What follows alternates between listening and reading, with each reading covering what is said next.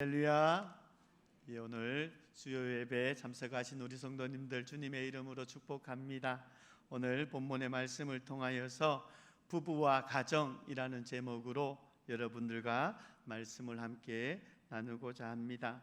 오늘 특별히 기독교인으로서 부부와 가정에 대한 생각을 성경 말씀으로 상고하며 부부로 가정을 이루게 하신 하나님의 은혜와 뜻 안에서 부부의 관계와 가정을 온전히 세워가는 복된 모습이 있으시기를 소망합니다. 먼저 부부에 대한 사전적 의미는 부부란 결혼한 남녀를 가리키는 말로서 남편과 아내를 뜻합니다. 순수한 우리말로 가시버시라고 합니다.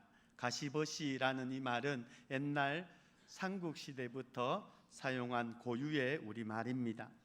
가시는 여성 혹은 결혼한 부인을 뜻하고 버시는 남성 또는 결혼한 남편을 뜻합니다. 여성을 가시라고 하는 것은 우리가 잘 아는 가시나라는 말과 그 기원과 뜻을 같이 한다고 합니다. 참고로 장인 장모를 가시아비, 가시어미라고 그렇게 불렀다고 합니다. 그리고 벗이라는 말은 머시마라는 말과 그 기원과 뜻을 같이 하고 있습니다. 바깥 양반, 바깥 일을 하는 사람이라는 의미를 가지고 있다고 합니다. 그래서 한 사람은 아니고 한 사람은 밖이라 하여 서로 안과 밖으로 하나가 된 사이를 가시버시, 즉 부부라고 부른 것입니다. 그리고 두 번째로 부부에 대한 성경적 정의로 오늘 본문에 부부에 대해서 최초로 말씀을 하고 있습니다. 여러분 18절 말씀입니다. 함께 18절 말씀을 합독합니다.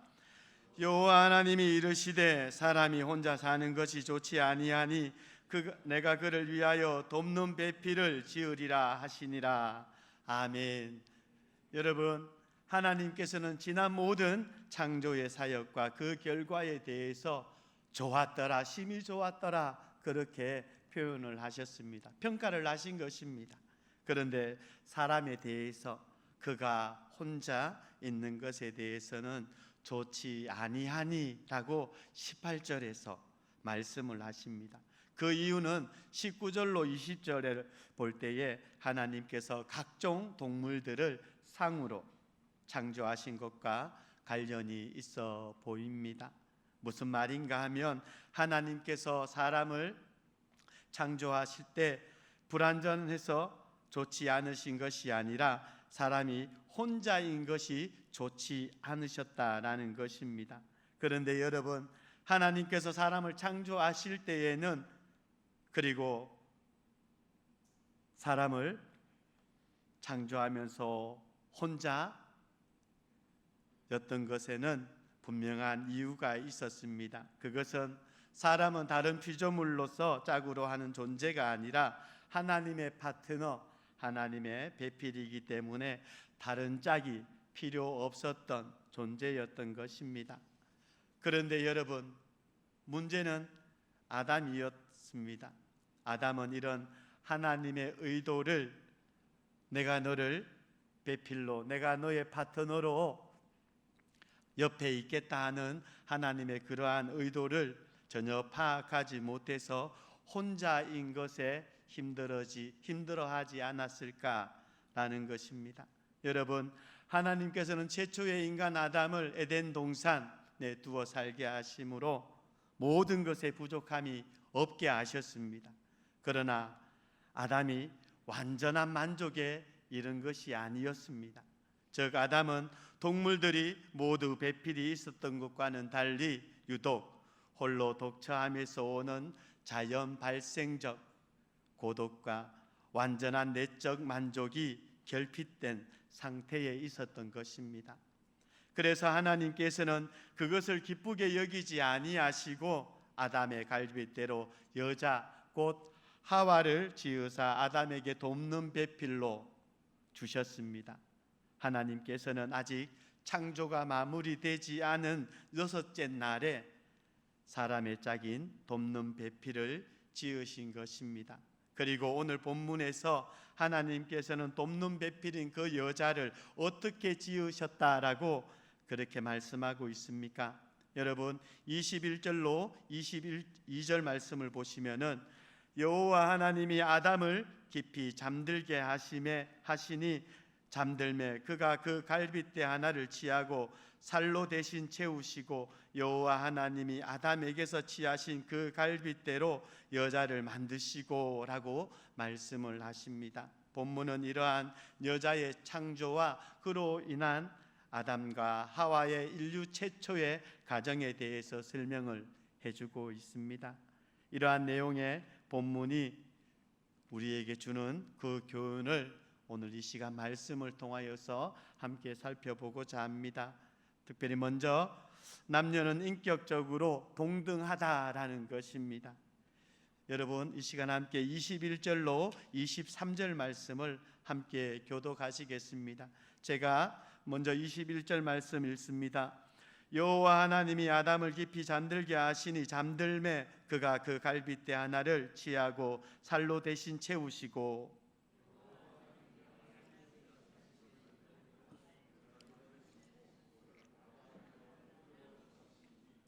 합독합니다. 아담이 이르되 이는 내 뼈 중에 뼈요 살 중에 살이라 이것을 남자에게서 취하였은즉 여자라 부르리라 하니라. 아멘. 하나님께서는 아담의 갈빗대 하나를 취하여 그것으로 여자를 만드셨습니다. 이것은 남녀 관계에 있어서 중요한 사실 한 가지를 교훈해 주고 있습니다. 그것은 남녀가 창조의 순서나 기능에 있어서 차이가 있음에도 불구하고 여자를 남자를 인격적인 면에서 동등한 존재로 만드셨다라는 것입니다. 보시면 하나님께서 여자를 만든 재료가 무엇입니까? 바로 아담의 몸을 구성하고 있는 뼈입니다. 여자 곧 하와는 아담의 몸을 구성하고 있는 체질과 동일한 체질로 창조된 것입니다. 더욱이 하나님께서는 인간을 창조하실 때 남녀를 동일하게 하나님 당신의 그 형상대로 창조를 하셨습니다. 이처럼 남녀가 동일한 체질의 육체를 갖고 있을 뿐만 아니라 동일하게 하나님의 형상으로 지음받았다라는 그 사실은 인격적으로 서로 동등한 존재라는 것을 잘 보여주고 있는 것입니다. 특별히 하나님께서는 여자를 창조하실 때 남자의 옆구리에 있는 갈빗대로 창조하신 것은 남녀의 인격적 동등성을 나타내 보이기 위함이었다라고 볼 수가 있습니다. 즉 하나님께서 여자를 남자의 머리나 발의 뼈로 만들지 않으시고 몸의 중간에 위치한 갈빗대로 만드신 것은 남자를 지배하거나 남자에 의해서 지배받지 않고 서로 동등한 위치에 서도록 하기 위함으로 볼 수가 있는 것입니다.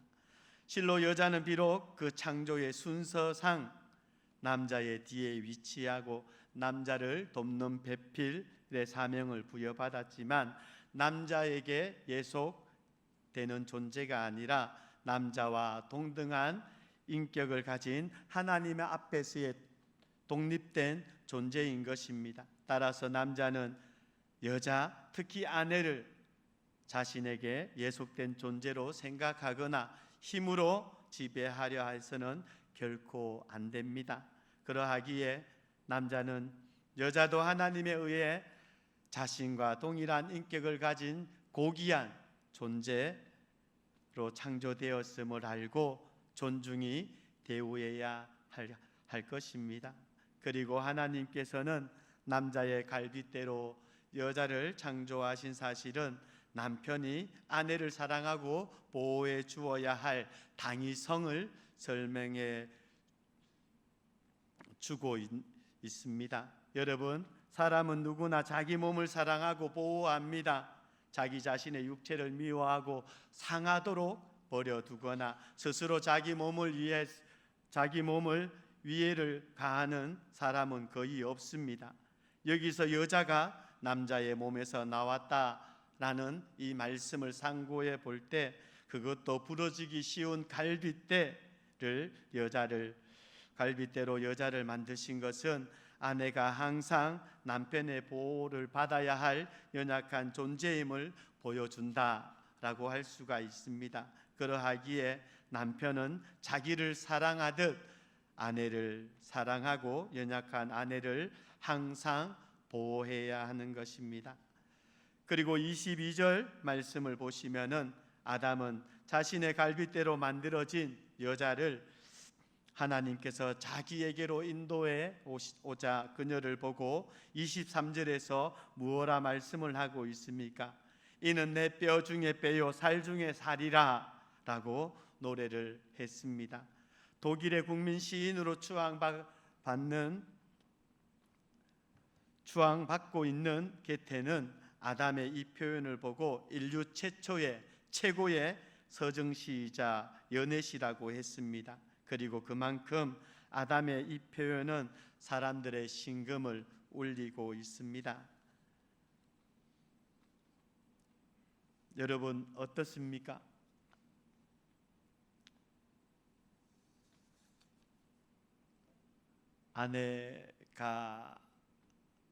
아내를 두고 계시는 우리 남편분들께서는 아내를 향한 고백, 내 뼈 중에 뼈요 살 중에 살이다 라고 그렇게 고백을 해보신 적이 있으십니까? 이제는 사랑한다라는 그 말도 잘 고백이 되지 않습니다. 여러분, 이 자리가 기회입니다.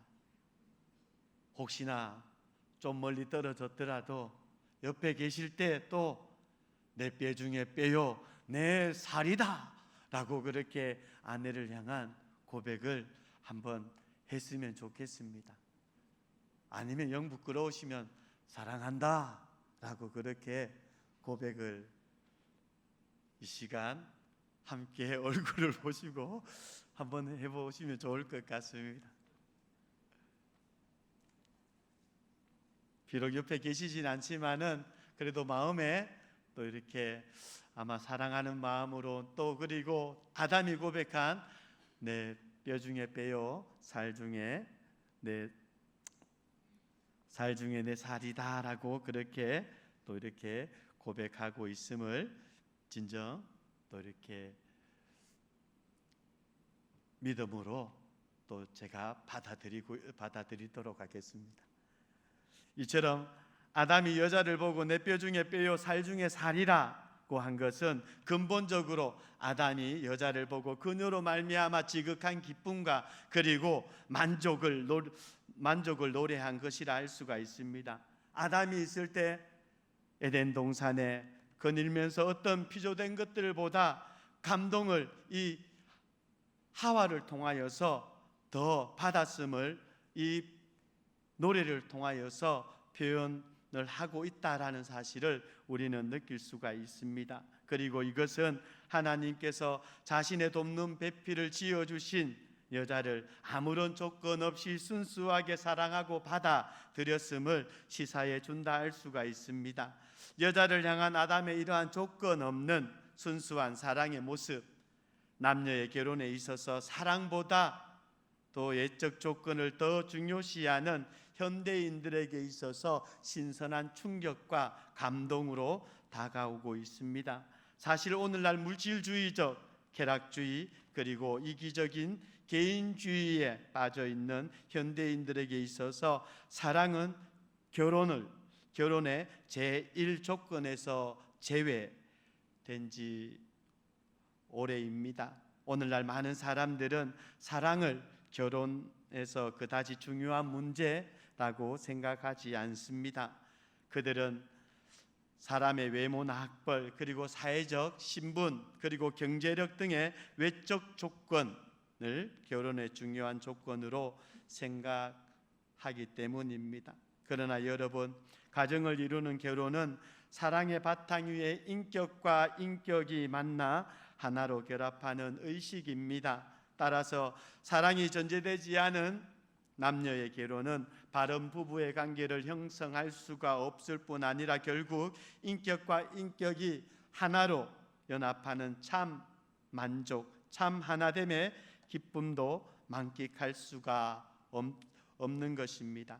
오늘날 많은 부부들이 하나 되지 못하고 갈등하며 나아가서는 이혼에까지 이름으로 결국 가정을 파탄으로 몰고 가는 것도 사랑 없이 외적 조건만 보고 배우자를 선택하고 결혼하는데 그 주요 원인이 있다 할 수가 있겠습니다. 그러므로 결혼을 앞둔 남녀는 오직 사랑에 기초하여서 아무런 조건 없이 배우자를 선택하고 하나됨을 이루어야만 합니다. 그러할 때만이 아담과 하와와 같이 인격과 인격이 하나로 연합되는 참된 하나됨의 기쁨과 만족을 누릴 수가 있으며 어떠한 난간에 처한다 할지라도 흔들리지 않는 행복한 가정을 이루게 될 것입니다. 그리고 24절로 25절 말씀 함께 교독합니다. 제가 24절 말씀 읽습니다. 이러므로 남자가 부모를 떠나 그의 아내와 합하여 둘이 한 몸을 이룰지로다.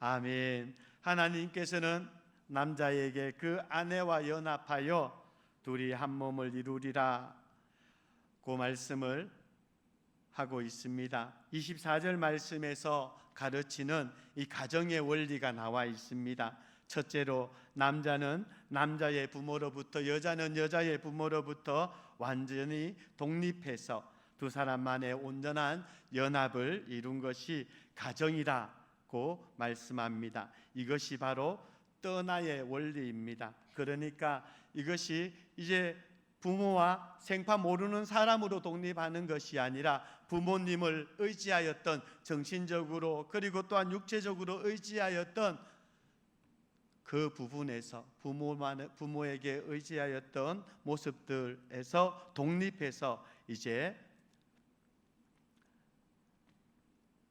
아내와 그리고 남편이 서로 연합하여서 이제 서로 의지함으로 이제 가정에서 서로 그 부부로서 가정을 더욱더 건강하게 만들어가는, 또한 복된 모습을 이루어가는 모습이 있다 할 수가 있겠습니다. 그리고 두 번째는 풀 또는 강력한 접착제로 두 물건을 서로 붙이듯 그렇게 견고하게 연합해서 이루는 것이 가정이라는 뜻입니다. 어떤 분은 이것을 물방울 두 개가 합쳐져 하나가 되는 것과 같다고 말씀을 합니다. 이것이 바로 합하여의 원리입니다. 그리고 세 번째는 한 몸을 이루라라는 원리입니다. 이것은 육체적으로 하나라는 의미만을 이야기하는 것이 아니라 삶의 모든 것에서 하나여야 한다라는 것을 알려주고 있습니다. 재산을 비롯한 모든 소유, 사상과 가치관, 즐거움과 슬픔 등의 감정, 소망과 계획, 그리고 불안과 두려움, 성공과 실패, 심지어 죽음까지도 하나가 되어야 한다라는 것입니다. 실패했다고, 병들었다고 그 어떤 일이건 두 사람을 떼어 놓을 수 있는 것은 없습니다. 그러하기에 오늘 하나님께서 오늘 우리에게 이러한 가정을 온전히 남편과 아내를 통하여서 이루어 가기를 원하고 있습니다. 오늘 우리의 가정을 돌아보면서 하나님께서 원하시는 가정을 우리가 세워 나가고 있는지를 깊이 생각해 보았으면 좋겠습니다. 말씀을 맺도록 하겠습니다. 사랑하는 성도 여러분, 하나님은 남자의 갈빗대로 여자를 만드셨습니다. 특별히 갈빗대에 해당하는 원어에는 한쪽, 한편이라는 의미도 내포 되어 있는데 이는 남녀가 한 몸을 이루기까지는 남자나 여자나 다 같이 한편 또는 한쪽 인간밖에 되지 못한다는 것을 의미하는 것입니다. 그러하기에 남자나 여자는 결혼으로 하나 되기까지 온전하지 못한 존재이며 결혼을 통하여서 둘이 결합함으로써 비로소 부부로서 온전한 인간을 이루게 되는 것입니다. 바로 그러한 이유로 아담은 하나님께서 자신의 갈빗대로 지은 하와를 자기에게 이끌어오자 내 뼈 중에 뼈요 살 중에 살이라 그러게 외치며 기뻐하였고 그녀를 취하여 아내로 삼음으로써 한 몸을 이루었던 것입니다. 따라서 남편에게 있어서 아내는 자기 뼈 중에 뼈요 살 중에 살입니다. 그리고 아내에게 있어서 남편은 자신의 근본입니다. 따라서 남편과 아내는 서로 다르지 않으며 하나입니다. 따라서 우리는 결혼으로 맺어진 부부관계를 귀중히 여겨야 하겠습니다. 아울러 부부가 된 남녀는 서로 이해와 신뢰와 헌신을 통해 몸과 마음과 영혼이 하나됨으로써 하나님께서 세우신 가정을 하나님을 영화롭게 하는 본래 목적에 부응하기 위하여서 힘쓰는 삶을 살아가야 하겠습니다. 특별히 오늘 본문의 말씀에서 여자를 만드시고라고 하고 있는데 이 만드시고라는 이 히브리어 원어가 박이라는 단어입니다. 이 박이라는 단어는 회복시키다, 되찾다, 세우다라는 그런 의미를 가지고 있습니다.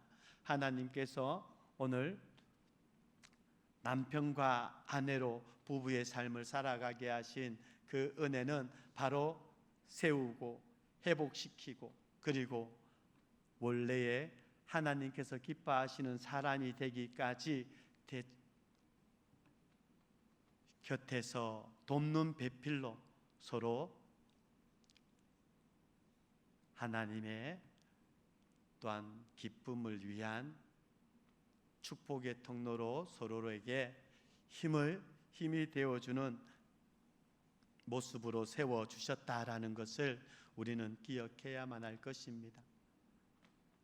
우리가 생활하면서 잔소리를 최고 많이 듣는 곳이 어디입니까? 누구입니까? 아내입니다. 때로는 남편도 아내에게 잔소리를 할 때가 있습니다. 이러한 잔소리가 아니라 오히려 그 모습을 사랑으로 덮어주었으면 좋겠습니다. 잔소리도 한 번, 두 번 하다 보면 짜증이 나고 결국에는 싸움이 되는 경우들을 보게 됩니다.